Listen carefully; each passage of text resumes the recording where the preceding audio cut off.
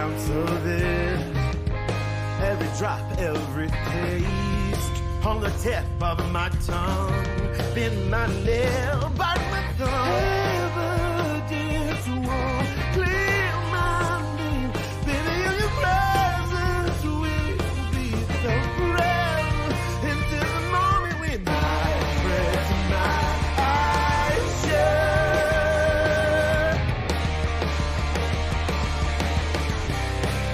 Now I'm ready. Anyone else is going on with the war? Yeah, when we hold each other, nothing else can let us down. The only answer is we've always wanted for.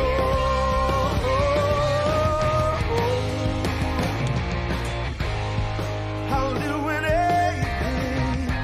I'm not asking this is mine through the perfect strings. 10,000 days on the line.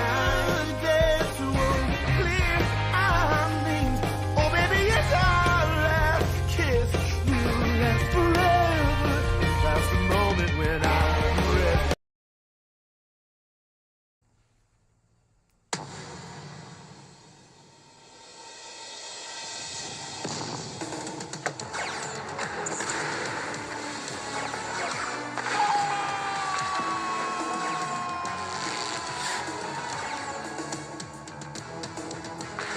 He decked him, it's over!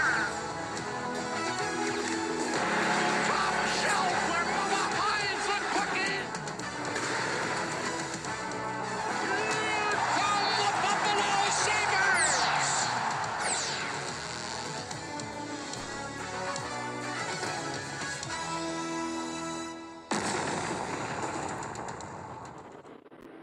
Woo! Welcome to I'll Hang Up and Listen, brought to you by Fatty Beer Company, Western New York's premier market and tap room.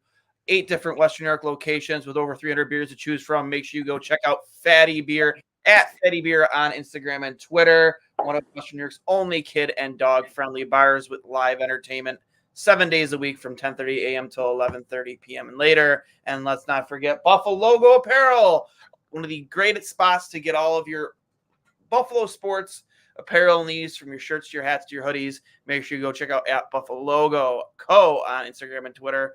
Make sure you let them both know that Two Go is when Mike sent you.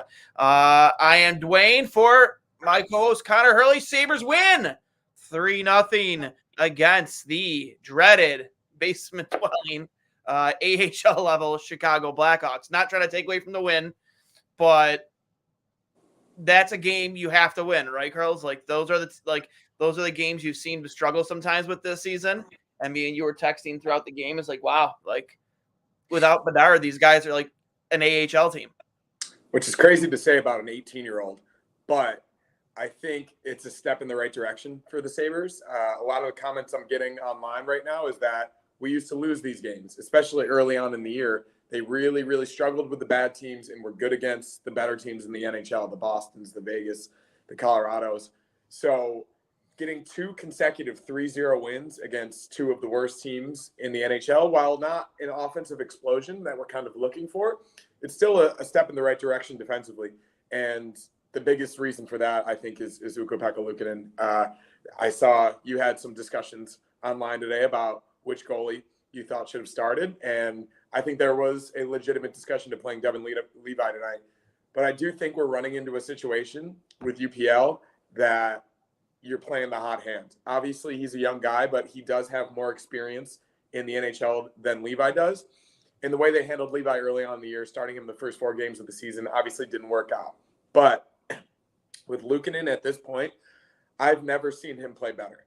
He's aggressive. He's in position. He's making the easy saves while also making really difficult saves. He's struggled with consistency in the past, but over his past 10 games, he's been remarkably consistent. So you see what happens on Saturday. It's an early game, not as much rest, but the way he's playing, I would not be surprised if they go right back to him.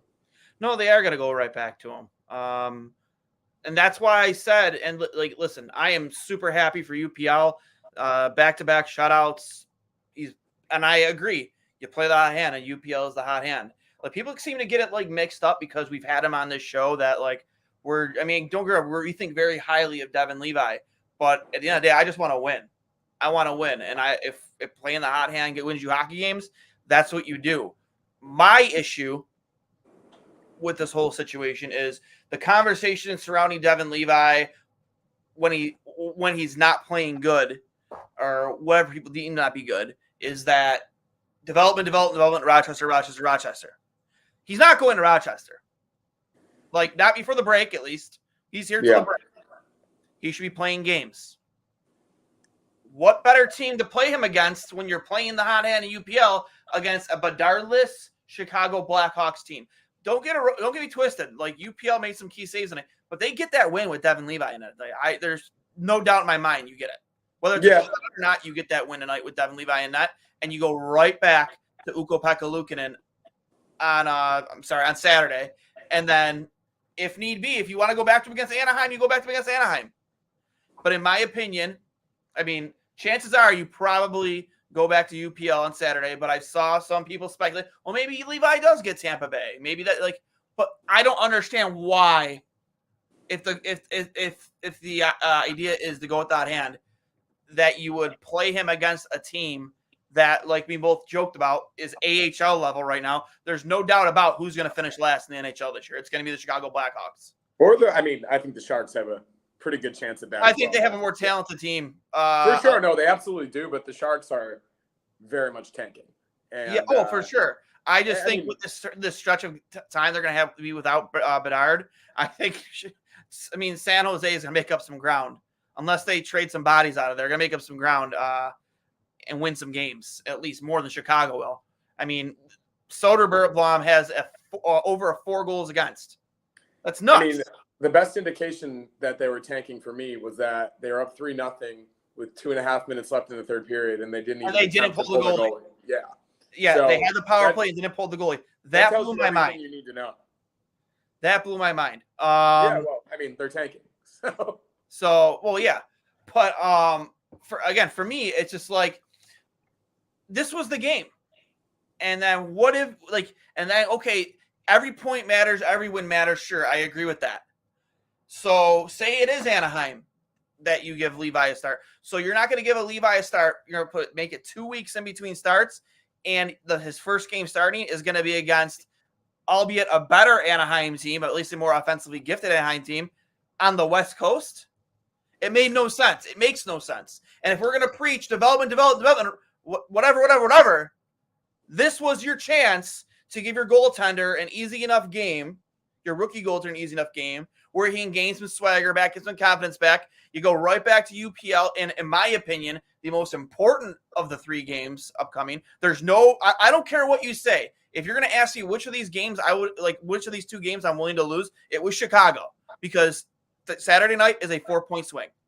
You gain 2 points or you lose 2 points on a team currently in the wild card. That's just the way it is.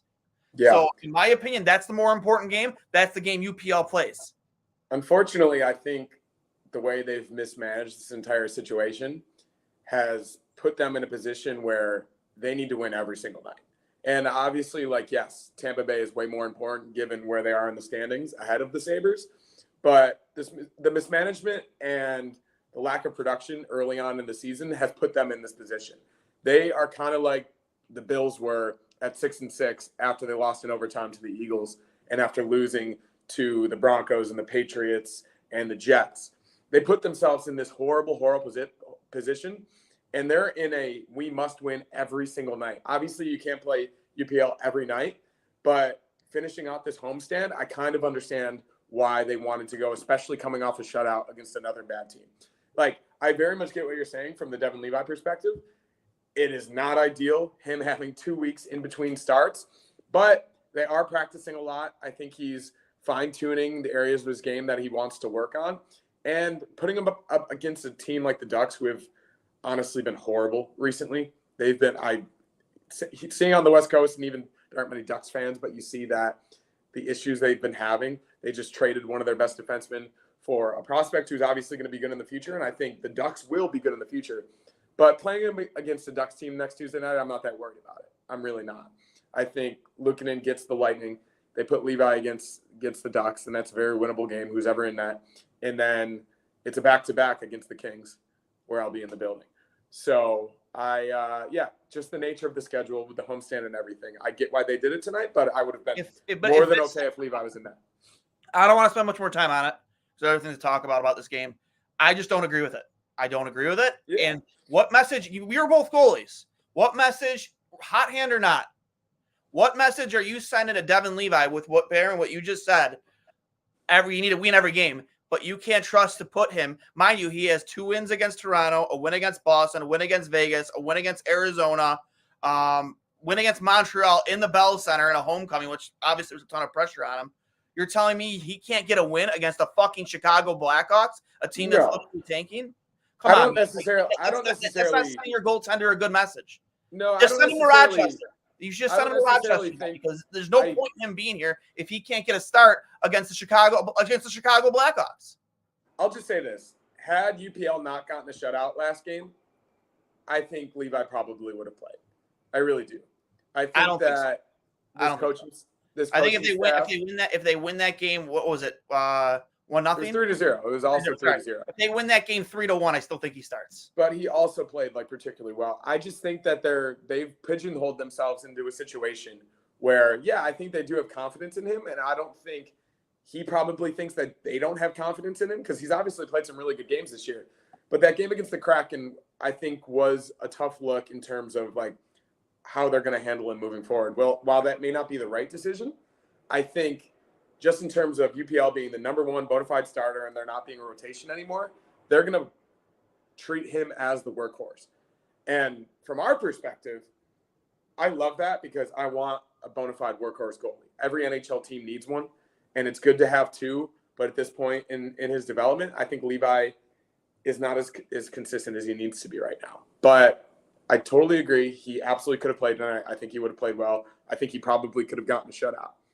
But I do understand why the Sabres did what they did. I just, again, in terms of the whole development angle, I just don't agree with it. As a goalie, not that Devin thinks like this, but as a goalie, I've been in the situation where I'd be looking at my coach and you don't think I can get a win against Chicago? That's frustrating. That's frustrating when you want to be in the net.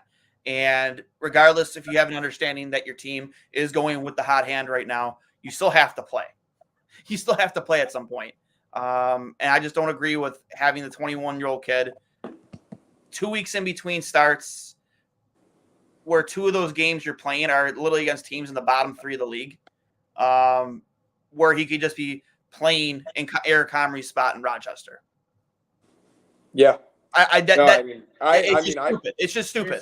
You saw how good he was when he came back from Rochester. He went on a 4-1 run with a 950 save percent. No, but that's the thing. I think he's the type of kid that does benefit from actually just getting in the net and stopping pucks, whether that's in practice or a game or what have you. He's a gamer. We've talked about this before. He thrives in big spots. He thrives in situations where the odds are stacked against him. Coming back from Rochester, I think motivated him for a little bit. And I know you said he's not going, but I really would not be opposed to them doing it again. I would not. Eric Comrie's better on the bench in Buffalo than Devin Levi is. I need him, as we've all talked before, to get professional level shots on a 3 to 4 night a week basis. That's what's going to be the best thing for his development. They mishandled this from the beginning, and now I think they're mishandling it even worse than they did originally. So I think the best thing is to get him shots, and if that's in Rochester right now because you have a bona fide NHL starter in Luukkonen, maybe that's the best decision. Yep. I don't know. I just don't think they're going to send him to Rochester. I don't necessarily think they will, but maybe it's the right thing to do. I agree. I think if this is the way you're going to handle things, then he might even – I think he wants to be in the NHL, so he might not necessarily say this out loud. But at the end of the day, it's I want to play games. But he handled that trip to Rochester so well. You could tell that he was not knocked down by it. He was excited about it. In his first win, he put on the American Eagle mask. He made 40 saves in a shootout. He played so well. And as a 21-year-old kid with the psyche that you and I both know that he has, I think he's uniquely prepared and qualified to handle that type of situation. I really do. So I just don't want to. I don't want to see things sour between him and the team. I don't either, but I think that he himself understands the run that UPL is on right now, and their relationship seems to be really good. I've seen their handshakes after games. Obviously, you don't know what's beyond that, but we've seen that with Allmark and Swayman before, that the relationship that they have. He seems to be, and you know this as well as anybody, that he's a very nice kid. He's humble. He doesn't think that he's too big or too good for anyone, and he's going to put in the work to get to the level where he can be a consistent NHL goaltender. And if that's not at 22 years old, nobody would fault him or blame him. I don't think anyone was expecting him to be an all-star level goalie this season, aside from the Sabres, the way they handled him 4 games into the season. So we'll see what happens. I honestly hope they figure this out better than they have. But the best case scenario for the team is what they have in Luukkonen right now. He, as we said earlier, he's playing the best hockey of his career. And if they have any chance at making the playoffs, he needs to continue to play like this. And I really hope he does. Yeah, I agree wholeheartedly that you run with the hot hand. I think we both agree that Levi probably should have been in net tonight, but it is what it is. So I'm happy that we got the win. Ecstatic we got the win. It's our 3rd time winning back-to-back games halfway into the season, which in and itself is kind of embarrassing, but it is what it is. You can only move forward. You can't look backward. That being said, I think that in this stretch that he's been on as well, I don't think I've seen this team play better defensively, even last year. Yeah. It's been great in their own end. It's helpful to play even against the Canucks, they played pretty well. Obviously, that's they only lost 1-0. Yeah, against the best offensive team in the league. So they are showing signs. Obviously, a week and a half ago against the Kraken was kind of a low point, but it appears they've kind of figured it out ever since. They're a little bit tighter in their own end. There's not as much puck watching. Even the chances tonight, there were a couple shorthanded chances that UPL had to come up big on, which obviously should never happen. But I think that largely they are playing better defensively. You want more pucks to go in the net, especially from your stars. It seems like Peterka's getting on a little bit of a hot streak, which he's one of your top goal scorers. That's great. Holding us over until Skinner comes back. And they're also doing this with 3 massive injuries. Skinner, Samuelson, and Cousins didn't play tonight, and they switched up the line combinations. 4 sets of lines that had never really played with each other before, aside from Benson, Tuck, and Thompson.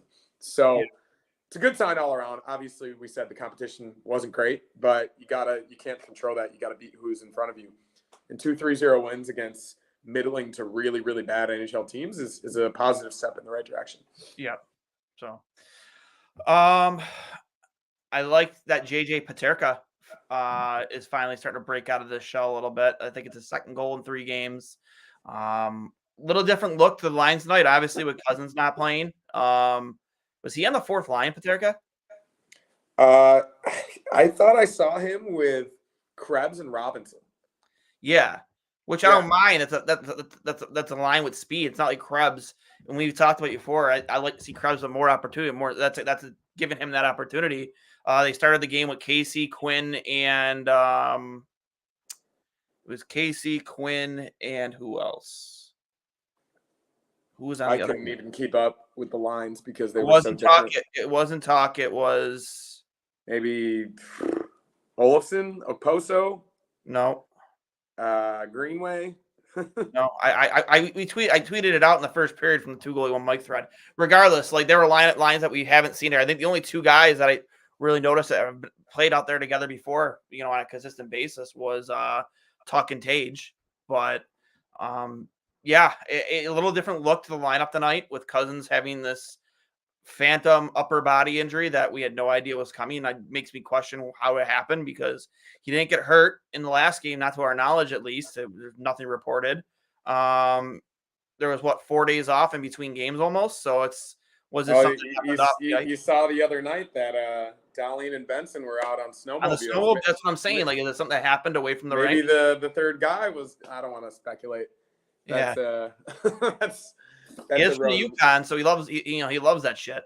No, I think we would have heard about that.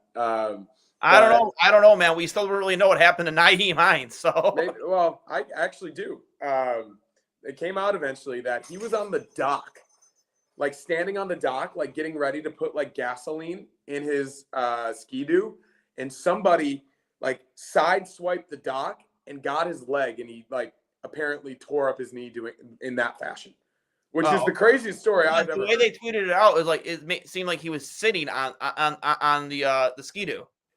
No, I know, but from what eventually came out, allegedly he was on the dock and somebody ran into the dock, and that's how he tore his knee up. I don't know. Hopefully Dylan Cousins didn't get hurt snowmobiling. It's kind of hard to get hurt snowmobiling.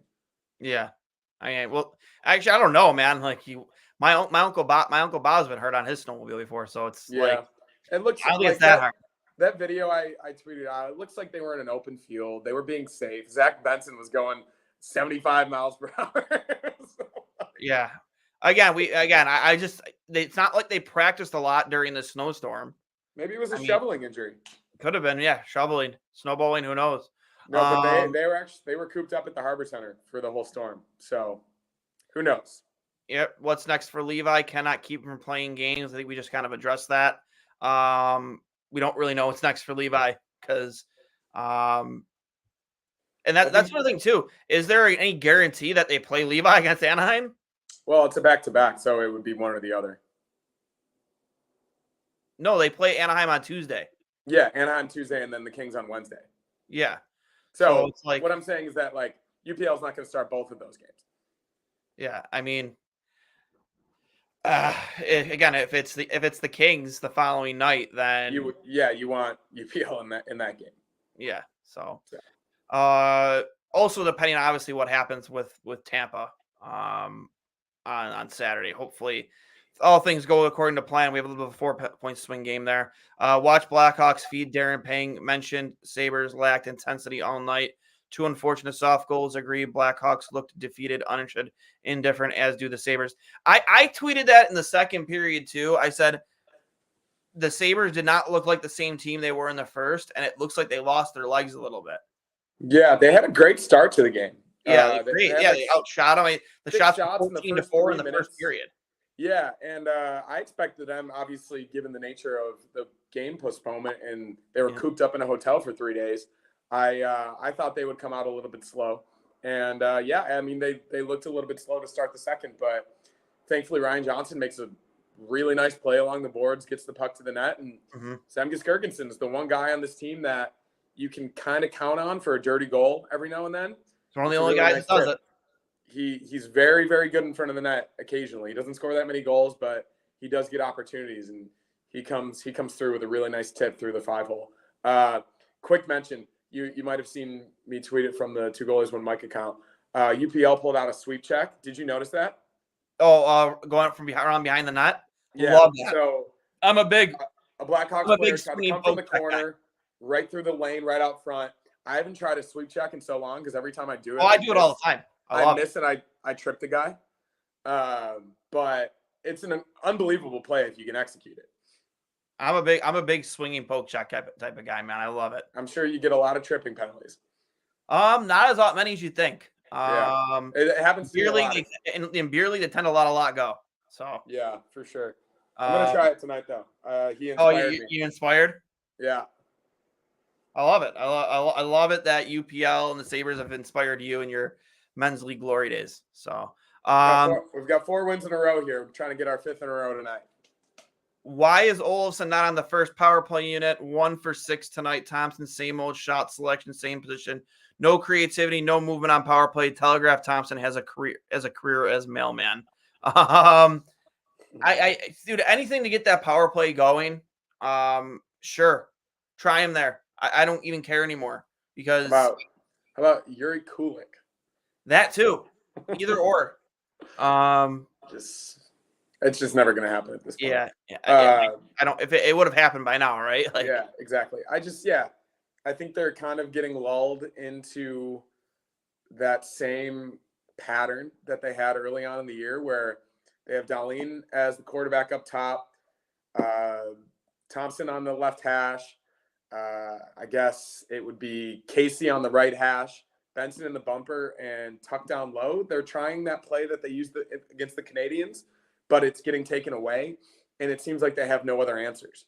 Like they got a lucky own goal on the 5-minute major, the Dahlin shot that was going to Benson, which I thought was an actually pretty nice play.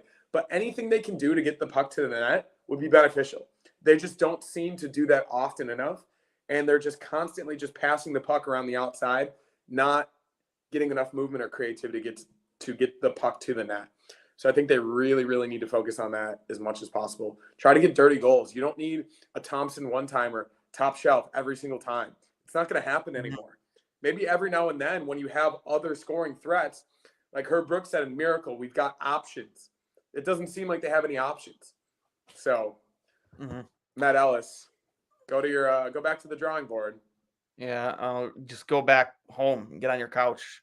You see that someone kind of made an insinuation that Verada, who just randomly left the Chechnya team, actually coached them to like a couple championships, offered him up to be the solution behind the bench and to our power play woes. I would absolutely welcome Václav Verada, one of the best names. Václav Verada, one of the best names in Sabres history. I actually have somewhere an Easton Woody blade, one of those blades you put into the old shafts, signed by Verada somewhere around here. It's a friggin' relic. But I would absolutely love that. Sabres beat 2 bad teams in a row. Let's see what happens with Tampa before we get too excited. Tend to agree, yeah. 100%. Hopefully we don't get shelled. All I'm gonna say. We have beaten the 3 worst teams in NHL past week. I'm so impressed, overwhelmed. Its comical team looks like it's drifting casually. No fire, no drive, no intensity. Let's be real. Duane Access analyzes current winning streak against lesser teams. The PK was good, but power play bites. It's the Blackhawks. Let's not get ahead of ourselves. Yeah, I mean, I agree. We probably shouldn't get ahead of ourselves. It doesn't mean we can't be excited on back-to-back wins. Please advise me the regression of Cousins of Thompson's performance. Well, Cousins didn't play tonight. He was hurt. Thompson, on the other hand, I mean, he gets his chances. In terms of regression, I mean, yeah, I think we all kind of expected or maybe assumed there might be a little bit of regression. But I genuinely think he's been playing hurt since the first week of the season. Yeah, but at the same time, he's got 27 points in 34 games. Yeah. It's not like he's been horrible.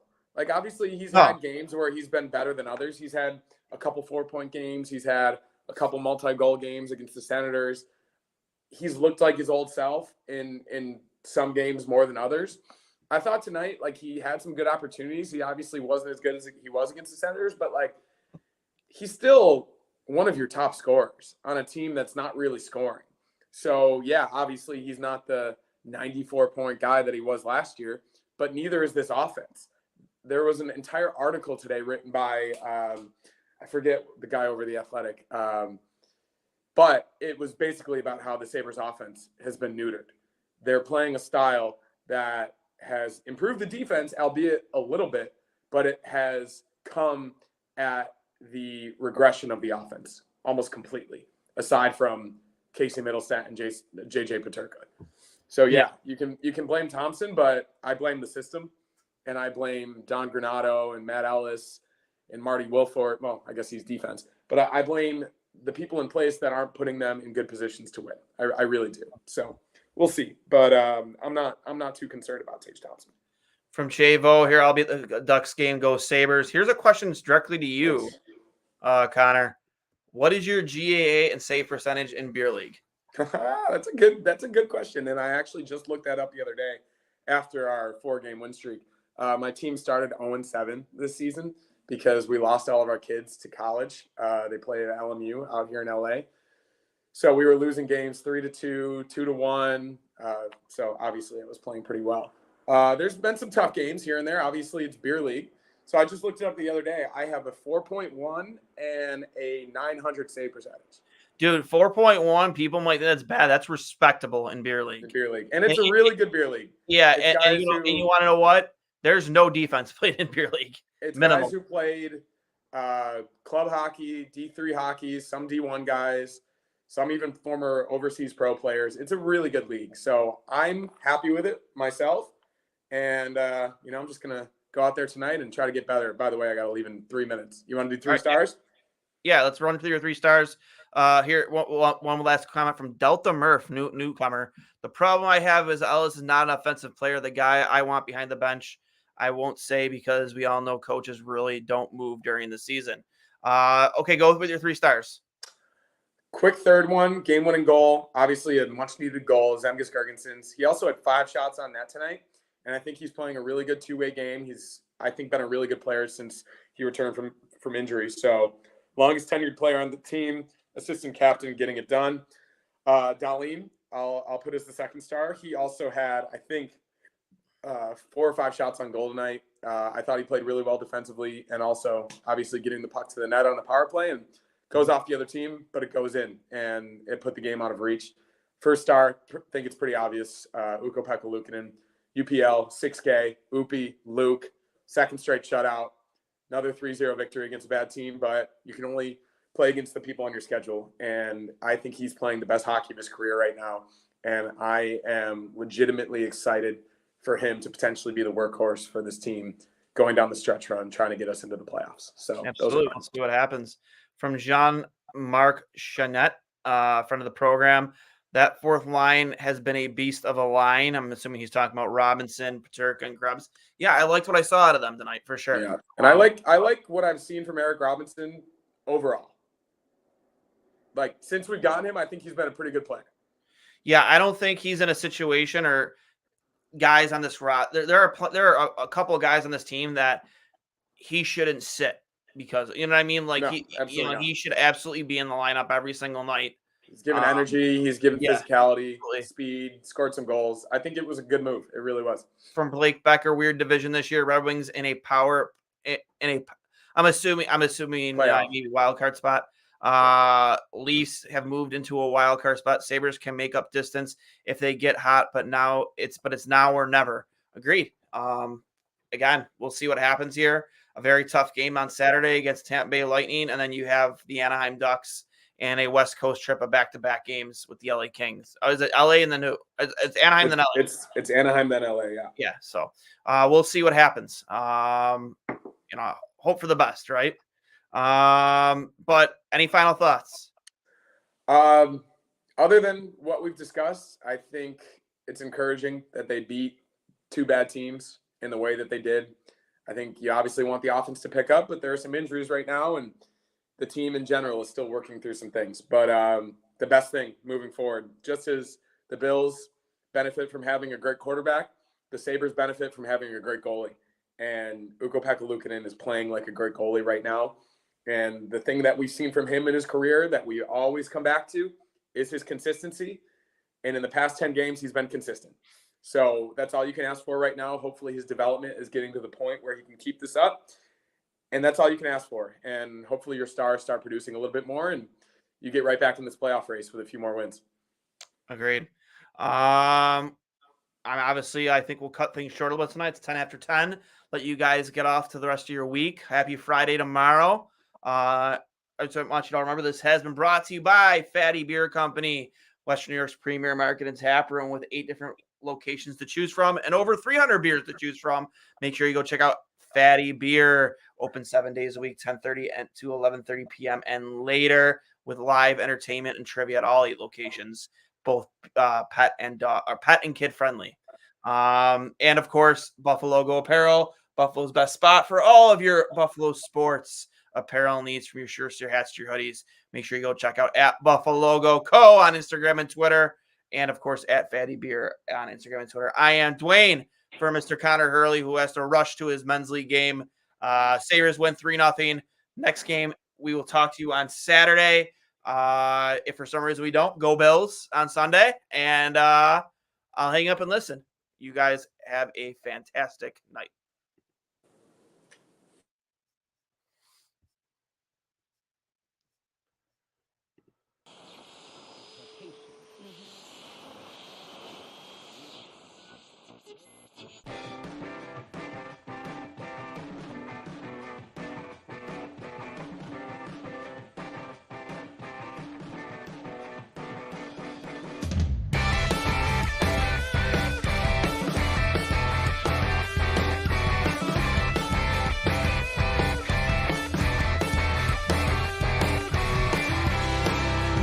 ups, but we felt the down.